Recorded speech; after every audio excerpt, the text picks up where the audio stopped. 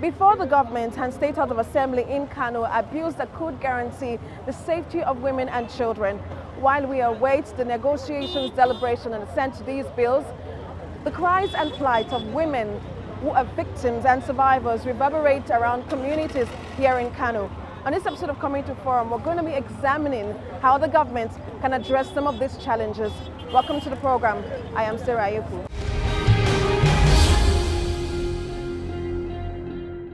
Sexual and gender-based violence in its various forms is endemic in communities and countries around the world, cutting across class, education, race, age, religious and national boundaries.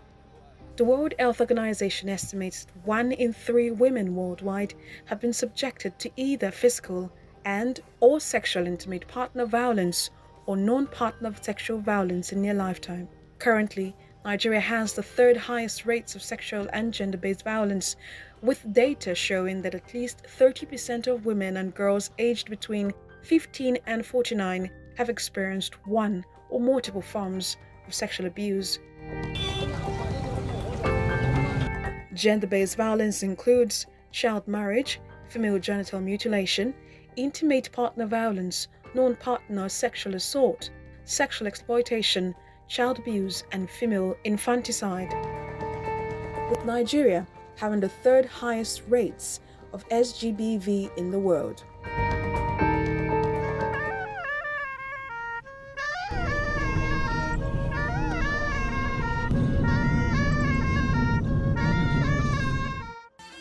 This is what is taking us to Kano State, northwest Nigeria, as we attempt to understand the scale of the problem in grassroots communities and efforts to tackle the menace.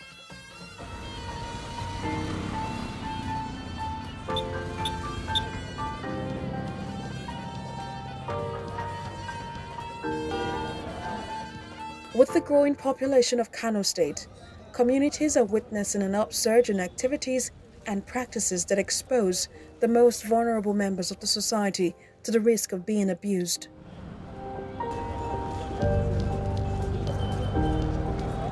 Many children are on the streets, hustling to earn some money, but they are also easy targets for many child rights abusers.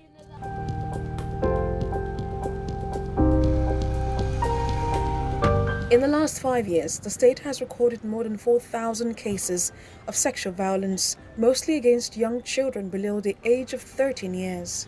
We had about 35% increase in those cases. Yes, we have about 35% increase. Of course, that was attributed to the pandemic, but believe me, the problem was there even before the pandemic.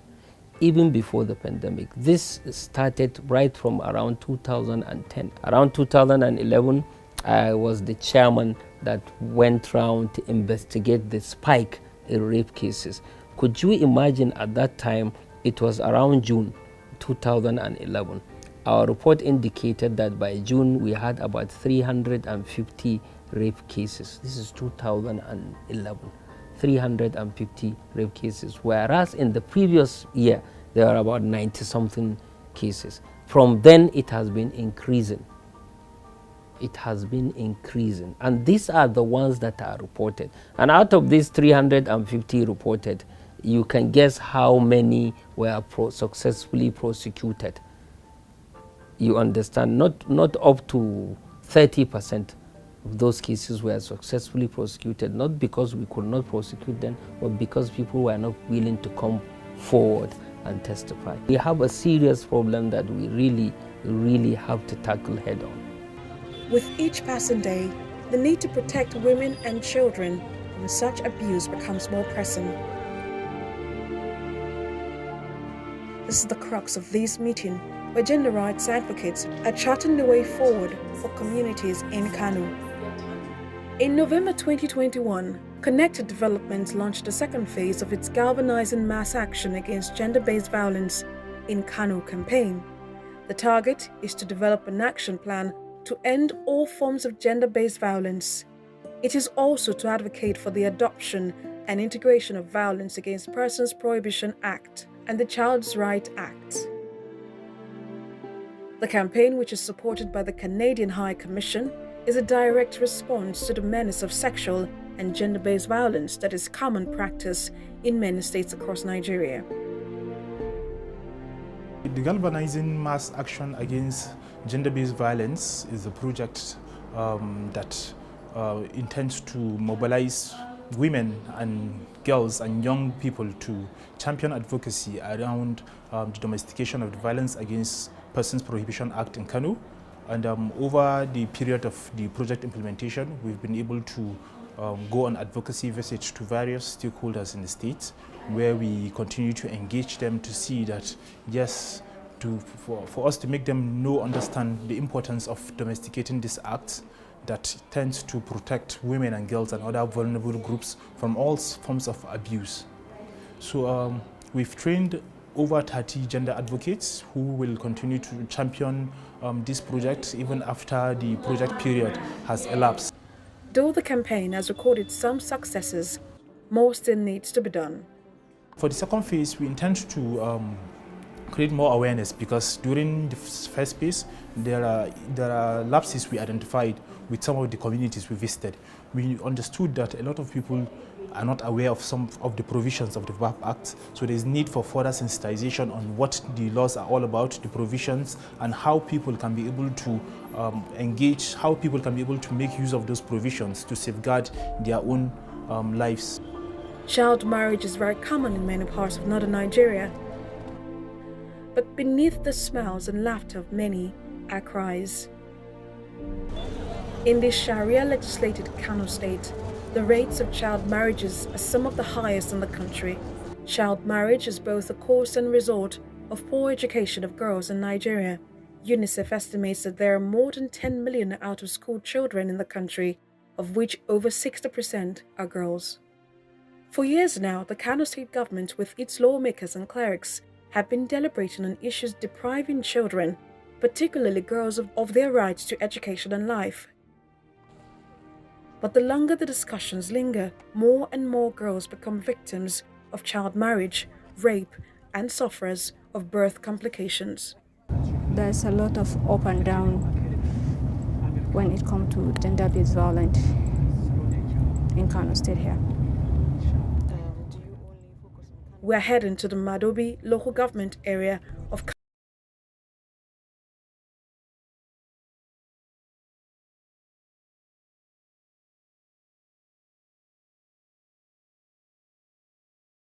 Aisha Umar Aliyu is a community engagement officer of Bridge Connect Africa Initiative, a non-governmental organization, and for her, stories of women and girls who have faced one form of violence or another have become all too familiar. In our campaign of the GDV, we visit almost 16 to 15 local government here in Kano, in which we encounter several cases when it comes to child marriage.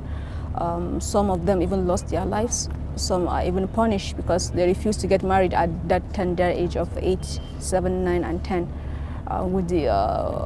Let me even give you a short story of what happened to some of the victims I interview.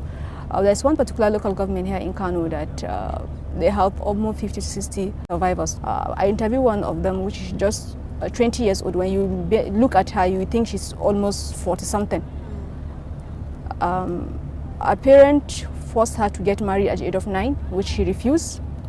The only way they can punish her and to serve an example to her other siblings is for her to send her out of the community to go and be doing others housework like house girl, and also on that process she was raped.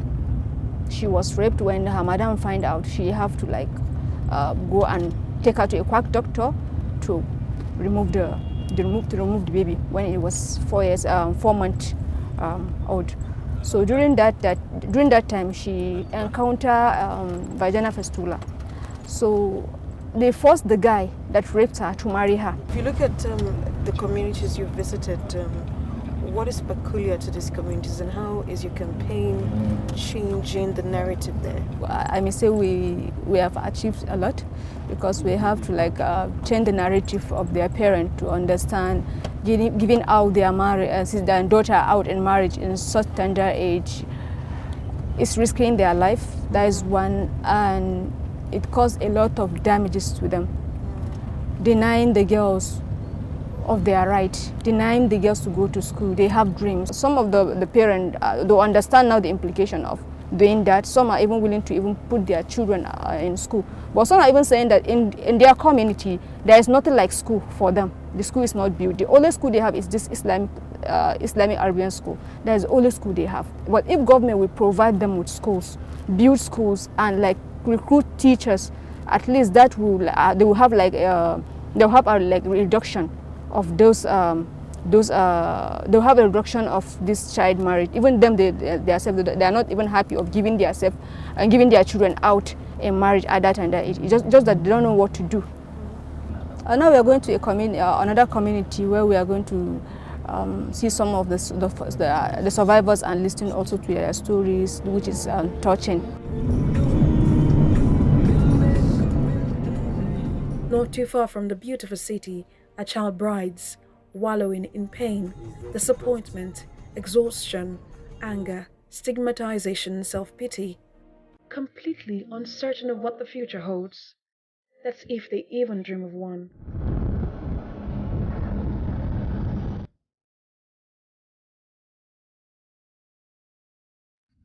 All seem to be well, but it isn't. There are countless stories of forced child labor and child marriages.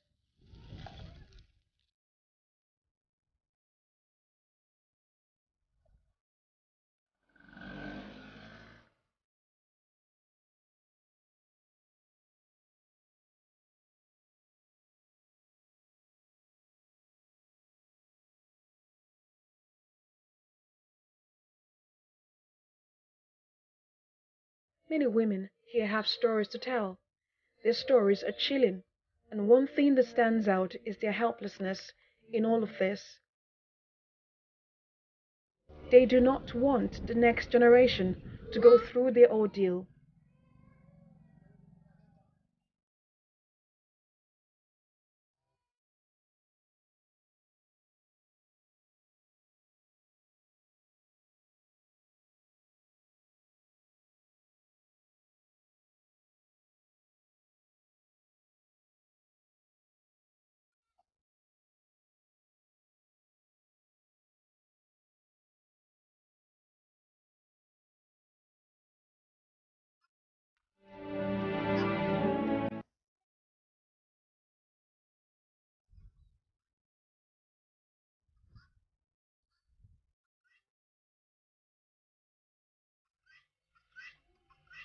From one house to the other, the silent cries of girls, snatched from their mothers, forced into adulthood, echo every other person, turning deaf ears to this deafening silence. Here, we meet this 20-year-old lady who now looks twice her age. She is a mother of two, and she suffers from vesico-vaginal fistula.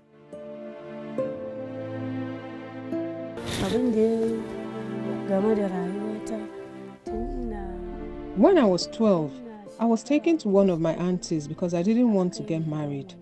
I was doing the work of a maid. In that process, I was raped. I noticed I was pregnant. I was taken to a quack doctor to remove the pregnancy. I wasn't given proper medications and I was taken back to the place I was abused.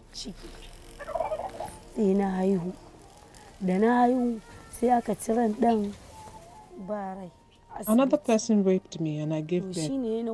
After giving birth, I discovered that I have VVF.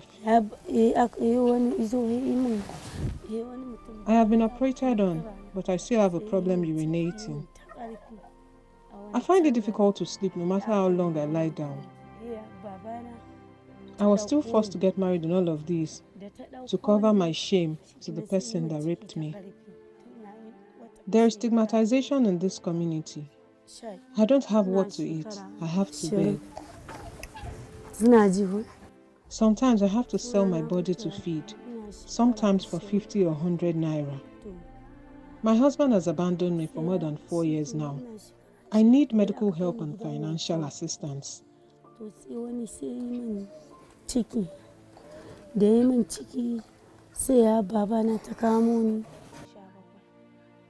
Their stories follow the same pattern. This teenager was also forced to get married at the age of 10. Wata bakwai ma na haihu, kuma ban san ma na haihu ba, jijjiga na yi. Ban san na haihu ba barai dan wata bakwai. Sannan na kuma samun wani cikin. I got married when I was 10 years old. I became pregnant, and at 7 months, I had complications and lost the baby. I got pregnant again and gave birth to twins, but one died. I got pregnant again and had to be operated on. I am 17 and I have lost 3 babies within the space of 5 years. And I'm still recovering from VVF, and I still pee on myself. I was forced to marry my old husband because he said he likes me. I am the oldest daughter and the first to be given out for marriage. I'm still married to him, as not obeying my parents is a taboo. I would have loved to go to school and gain knowledge like other people. I need drugs now to help me recover, but because I don't have a skill, I can't afford to get it. I don't do anything for a living. I'm always at home.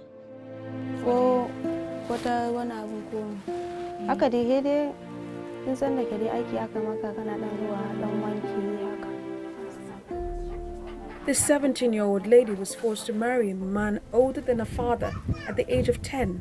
She is left to cater for 4 children, being a child herself.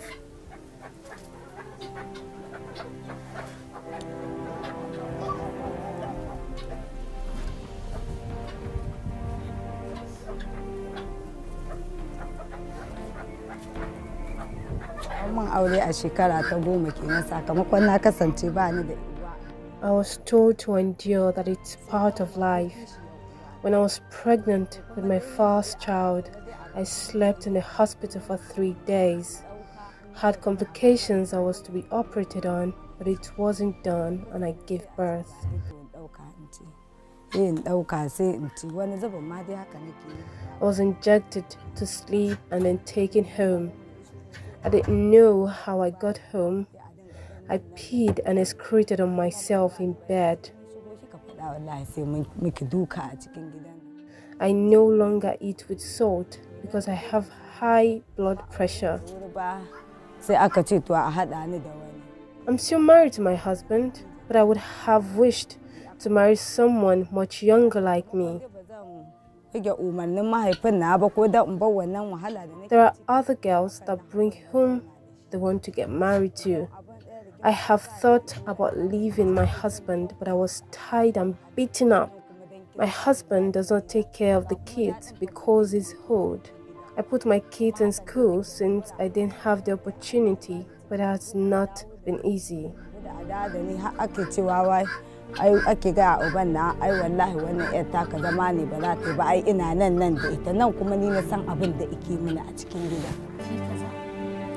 Gaskiya da a ce na samu damar kuma iyayena suna da halin da za su yi, gaskiya da kan aure sai na yi makaranta sosai na sassan kalubale dai na rayuwa haka.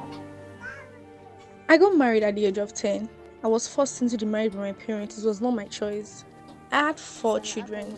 I had the first and second babies through cesarean sections, the last 2 by myself, but none of them is alive now. It was difficult for me because of complications during pregnancy and delivery. I didn't go to school. I only attended the Quranic school. I would love to go to school. I didn't want to get married when I did. I was too young then.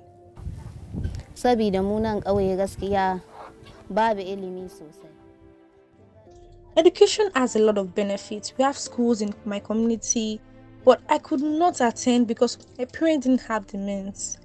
If I get the opportunity, I would love to be a teacher so that I can teach others. I want the government to help us with education for women. This will give women capacity to handle situations. It's better to go to school instead of this early marriage. Gaskiya zan iya cewa dai a na boko.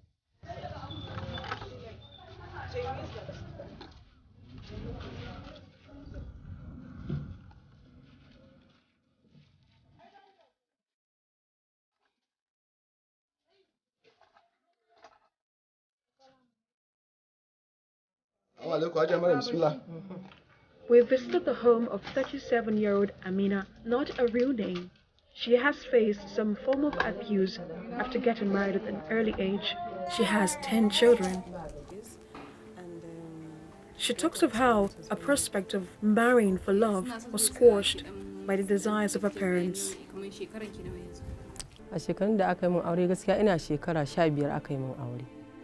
I loved someone else, but I had to let him go because I wanted Allah to bless my marriage with any person my father chooses for me to marry. I faced so many kinds of abuse from my stepchildren and my husband. Whenever I cook food for my stepchildren, they would turn against me, and when their father comes back from work, they would tell him that I didn't give them food. Instead of hearing my side of the story, he would start abusing me emotionally and physically. I had to go back to my parents' house because I could not take it anymore. I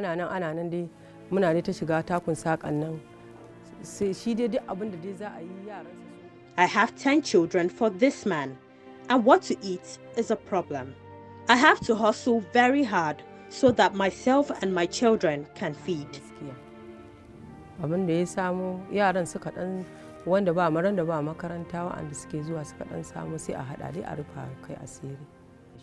I have a dream to become somebody in life. That's why I want the government to help us by empowering us with vocational skills in order to support our children and for us to go back to school and be educated. Giving girls out in marriage is not the best.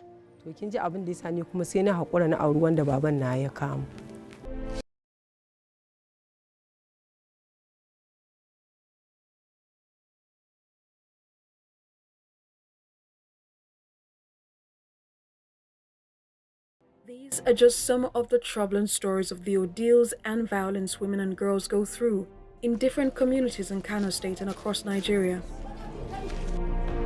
45-year-old Salamatu Aliyu is the only person they can run to in the community. Having passed through such experience herself, she is offering succor and guidance to many young girls who have experienced one form of violence or another. I am a trader, but I decided to offer assistance to girls who need help in this community. I see myself as their leader. It was forced marriage that prompted me into doing this for girls.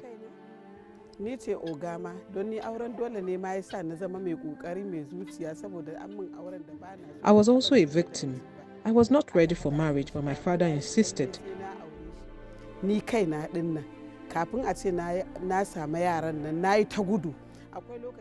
After my first child, I ran away from my husband's house in Jos because I didn't want the marriage. The man was not my choice as a husband, but my father arranged everything.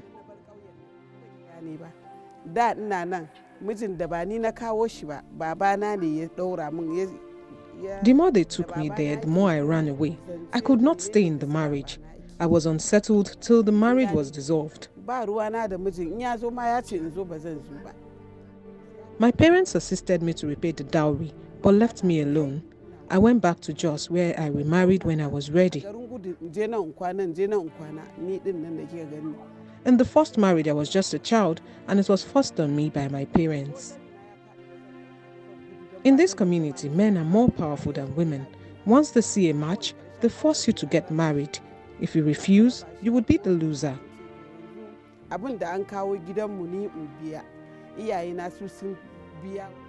We want the government to assist us with girl child education. This will empower girls to stand up against forced marriage. We admire girls who are educated whenever we see them, but most of our parents don't know the benefits. If I was educated, I would have been better off. I decided to send my daughter to school rather than forcing her into early marriage. Since I didn't get education she must have, she is in secondary school in Jos. But what I get in return is insult from the people. They insult me for not letting her get married early. I just ignore them.